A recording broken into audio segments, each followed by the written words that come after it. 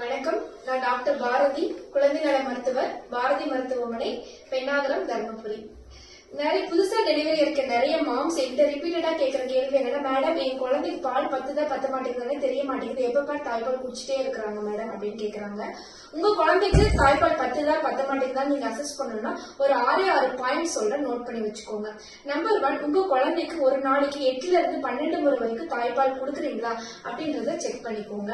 Number 2, உங்க குழந்தைக்கு பால் கொடுக்கும் போது ஒரு சைட் கொடுத்தீங்கன்னா அந்த சைட் ஃபுல்லா எம்டி பண்ணிட்டு தான் இன்னொரு சைட் மாத்தணும். ஏன்னா கடைசியில வர பால் கொழுப்பு பால், அதாவது ஹைண்ட் மில்க் அப்படின்னு சொல்லுவோம். அந்த பால் குழந்தை குடிச்சாதான் குழந்தைக்கு பசி அடங்கும். சோ எப்ப கொடுத்தாலும் ஒரு சைட் கொடுத்தீங்கன்னா அந்த சைட் ஃபுல்லா எம்டி பண்ணிட்டு மாத்துறீங்களா அப்படின்றத செக் பண்ணிக்கோங்க. நம்பர் 3, உங்க குழந்தைக்கு யூரின் அவுட்புட் ஒரு நாளைக்கு 8 முறைக்கு மேல யூரின் போறாங்களா அப்படின்றத செக் பண்ணிக்கோங்க. 8 முறைக்கு மேலனா 10 முறை 20 முறை கூட போகலாம், அது எல்லாமே நார்மல் தான். நம்பர் 4, உங்க குழந்தைக்கு அடிக்குவேட் வெயிட் கெயின் இருக்கா அப்படின்றத செக் பண்ணுங்க. நீங்க first 3 months weekly weight gain measure பண்ணலாம். வீக்லி உங்க குழந்தை 150 to 200 கிராம்ஸ் வரைக்கும் வெயிட் கெயின் இருந்தா அது ஒரு நல்ல வெயிட் கெயின். நம்பர் 5, உங்க குழந்தை சக் பண்ணும்போது அவங்களோட சக்கிங்கும் அவங்களோட ஸ்வாலிங் அவங்க முழுங்குறதும் கரெக்டா முழுங்குறாங்க அப்படின்றத செக் பண்ணிக்கோங்க.